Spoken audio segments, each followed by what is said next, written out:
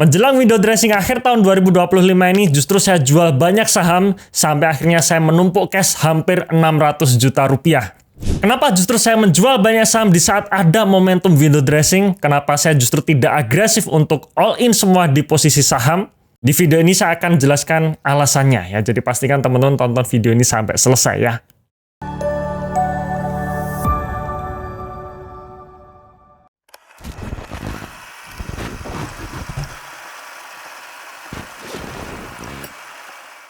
Oke, seperti biasa sebelum kita masuk ke pembahasannya, pastikan nih teman-teman, terutama buat yang baru join atau baru nonton video di channel ini, subscribe dulu channel ini.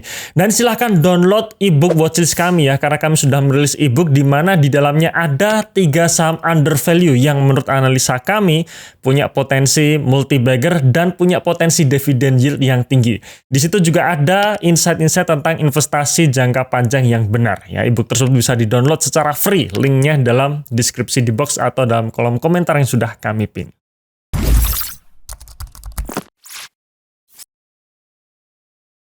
Oke, sebelum saya membahas strategi saya kenapa di akhir tahun ini menjelang window dressing saya justru menumpuk cash hampir 600 juta, saya akan share dulu mengenai kinerja di investor portofolio atau portofolio saya sepanjang tahun 2025 ini sampai dengan bulan November 2025. Ini menjadi salah satu alasan saya juga kenapa saya melakukan raising cash ya, tidak agresif malah justru raising cash. Yang pertama karena kinerja portofolio saya ini cukup bagus ya, bahkan sangat bagus di mana sampai dengan bulan November 2025 kinerja portofolio saya berhasil naik 52,12%. Ini merupakan pencapaian salah satu tertinggi ya sejak di investor portofolio ini kita rilis tahun 2021 lalu.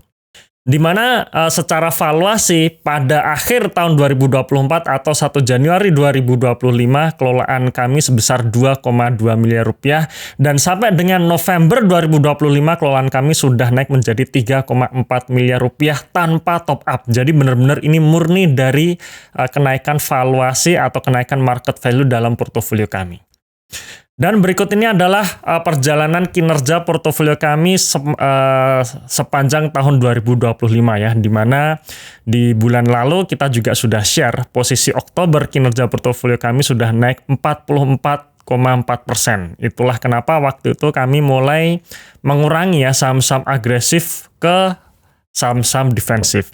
Sampai akhirnya ternyata strategi tersebut cukup bagus dan pada posisi bulan November portofolio kami tambah naik menjadi 52,12% ya dibandingkan IHSG sendiri yang baru naik 20%. Tentu saja ini IHSG kenaikannya sangat bagus ya, 20% sepanjang tahun 2025, sedangkan LQ45 baru positif 2%. Ya, dan ini perjalanan portofolio kami di investor portofolio dari bulan Januari sampai bulan November. 6 bulan pertama portofolio kami tidak kemana-mana ya. Mungkin di video berikutnya saya akan share salah satu boncos terbesar saya tahun 2025 ini ya. Jadi pastikan teman-teman untuk mengikuti terus nih video di investor ini karena saya akan ya spill sedikit-sedikit isi portofolio saya. Cuman portofolio saya ini bisa diakses secara lengkap ya di program Value Investing Mastery. Jadi kalau teman-teman mau mengikuti perjalanan portofolio saya menaikkan sampai 52% di tahun ini dan harapannya tahun depan juga bisa berhasil beat the market, ikuti program Value Investing Mastery. Oke, balik lagi ke sini. Sampai akhirnya bulan November naik 52,12%. Dan ini adalah track record kinerja The Investor Portfolio sejak tahun 2020 sampai 2025. Di mana dalam 6 tahun berturut-turut kinerja portofolio kami selalu bisa mengalahkan market. Memang ada kalanya di saat market itu sedang jelek, ya sedang tidak bagus, contohnya seperti tahun 2020 ya dan 2024. Market jelek, maka portofolio kami pun juga tidak begitu bagus ya. Pertumbuhannya sangat kecil ya, tidak terlalu signifikan. Jadi hal yang wajar, market jelek, portofolio juga ikut jelek. Tapi ketika IHSG bagus, ya kinerja portofolio kami biasanya lebih bagus dibandingkan IHSG itu sendiri ya. Disinilah yield kami. Dan ini sebelah kanan ini adalah gap antara yield portofolio kami dengan IHSG. Gapnya cukup tinggi ya, antara 7-30%. Dan memang target kami sebenarnya nggak muluk-muluk, hanya IHSG plus 10% saja untuk target kinerja portofolio kami sepanjang tahun. Dan jika secara compounding kita hitung dari tahun 2020 sampai posisi 2025 bulan November, portofolio kami sudah berhasil naik 237% dibandingkan dengan IHSG yang baru naik sekitar 35,1%. Nah, seperti yang saya sampaikan teman-teman sekalian ya, bahwa dalam hal investasi jangka panjang, target kami sebenarnya tidak terlalu muluk-muluk, hanyalah IHSG plus 10%. Dan track record kami mengatakan bahwa 6 tahun berturut-turut kinerja portofolio kami selalu bisa mengalahkan market bahkan di atas IHSG plus 10% ya. Jadi sekali lagi kalau teman-teman mau melihat isi portofolio saya, ya saham-saham apa saja yang saya miliki beserta dengan nominal-nominalnya, ada di program Value Investing Mastery. Kita buka portofolio saya secara belak-belakan, nominal-nominalnya tidak ada yang kita sembunyikan. Nah, pelajari lebih lanjut program Value Investing Mastery ini di link berikut ini ya, atau dalam kolom komentar yang sudah kami pin.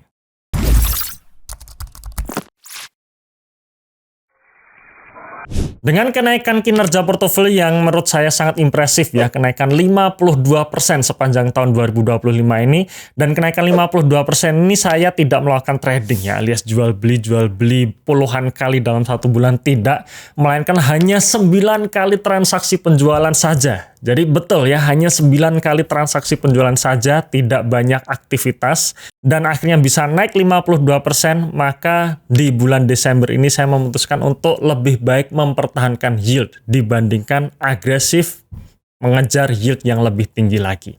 Nah, gimana caranya supaya kita bisa mempertahankan yield ya, jadi sifatnya defensif, bukan agresif untuk mengejar yield yang lebih tinggi? Jawabannya adalah kita melakukan rebalancing. Kita kurangi alokasi di saham-saham yang sifatnya agresif, kemudian hasil dari penjualan sebagian saham agresif tersebut kita masukkan ke dalam saham-saham yang sifatnya defensif, plus sisanya kita masukkan ke posisi cash saja ya, alias cashnya nanti naik. Sebelum-sebelumnya posisi cash saya tidak pernah lebih dari 5%. Jadi selalu di atas, selalu di bawah 5% karena memang posisi saya agresif sejak awal tahun. Nah, di akhir tahun ini saya raising cash alias menaikkan posisi cash saya ya. Jadi menaikkan posisi cash, mengurangi alokasi di saham-saham yang sifatnya agresif, maka alokasi masing-masing saham cenderung sama. Dan ketika kita memiliki alokasi saham-saham yang sama, maka volatilitas yield ini bisa lebih kecil ya dibandingkan kalau kita agresif semua posisi di saham, biasanya volatilitas ini akan lebih besar, apalagi musim window dressing di mana di akhir tahun biasanya market ini sangat ramai, maka volatilitas biasanya akan lebih kencang. Oke, di sini mungkin saya akan spill beberapa saham yang sudah mulai saya jual, di mana di beberapa waktu yang lalu kita juga share bahwa saya akhirnya dapat multi bagger di satu saham yaitu Archie. Jadi cukup satu saham saja multi bagger, di mana saya hanya pegang 5 saham saja, maka satu saham meledak itu bisa mengangkat portofolio saya secara keseluruhan. Ya, mungkin di video selanjutnya saya akan spill beberapa saham ya, atau salah satu saham saya yang lainnya yang belum saya jual dan calon multi bagger untuk tahun 2026. Jadi pastikan ya sekali lagi teman-teman untuk mengikuti terus video saya di channel The Investor ini. Oke, balik lagi ke sini. Archie, di mana market value-nya mencapai 1,6 miliar rupiah kira-kira beberapa bulan yang lalu. Nah, sekarang sedikit demi sedikit sudah saya jual. Ini posisi Archie sebelum saya mulai melakukan penjualan ya. Dan sekarang posisi Archie saya secara market value tinggal sekitar 337 juta rupiah. Nah, di sini teman-teman bisa lihat, walaupun secara yield atau secara saham ini naik 300%, tapi ketika saya sudah mengurangi alokasinya, maka dampak terhadap kinerja portofolio saya ini sudah mulai berkurang, alias volatilitas yield saya dari pengaruh Archie sudah mulai berkurang ya, karena memang biasanya ketika saham sudah naik tinggi, sudah mulai ramai, nah biasanya di situ terjadi volatilitas yang cukup tinggi. Ya, jadi kalau misalkan saya tidak kurangi alokasi, kalau misalkan Archie ini turun, kan tadi turun ya dari 350% menjadi 277%, jadi turunnya cukup dalam juga, maka ketika saya tidak melakukan penjualan, ya itu nanti akan menyeret kinerja portofolio saya secara keseluruhan. Jadi saya memutuskan untuk defensif, mengurangi saham yang sifatnya agresif, yaitu Archie. Dan di sini posisi cash saya naik dari yang tadinya hanya sekitar 100 juta menjadi 587 juta rupiah. Jadi rising cash yang cukup banyak. Dan Archie ini merupakan salah satu saja saham yang saya miliki dari 5 saham. Nah, di sini teman-teman bisa lihat portofolio manajemen saya. Posisi cash saya naik menjadi 17% dan Archie alokasinya turun. Di mana yang tadinya 40%, lebih dari 40%, ya saat naik 365% kemarin, akhirnya kita reduce menjadi 10%. Kemudian saham-saham yang lainnya yang tadinya hanya 10-15% sekarang udah naik menjadi 20% ya. Jadi saham-saham yang sifatnya defensif nomor 3 dan 4 ini naik menjadi 20%, posisi cash-nya naik jadi 17%. Dengan alokasi yang seimbang ini biasanya volatilitas yield sudah cukup berkurang dibandingkan kalau misalkan saya fokus di Archie yang sampai 40%, itu volatilitas yield masih sangat terasa. Nah, itu strategi saya teman-teman sekalian menjelang akhir tahun 2025 ini. Jadi saya memilih untuk defensif mempertahankan yield karena sudah naik 52% nih. Dan harapannya tahun 2026 nanti kinerja portofolio saya bisa kembali untuk mengalahkan market. Ya, jadi silahkan nih buat teman-teman yang ingin mengikuti perjalanan portofolio saya mengalahkan market setiap tahun, join di program Value Investing Mastery. Mumpung harganya belum naik, 2026 kita naikkan karena valuasi portofolio sudah naik ya dari 2,2 miliar menjadi sekitar 3,4 miliar. Oke teman-teman sekalian, cukup sekian video kali ini dan pastikan ya teman-teman tonton video selanjutnya karena mungkin saya akan spill salah satu saham yang saya miliki selain Archie ya yang berpotensi menjadi multi-bagger tahun 2026 nanti. Oke, see you!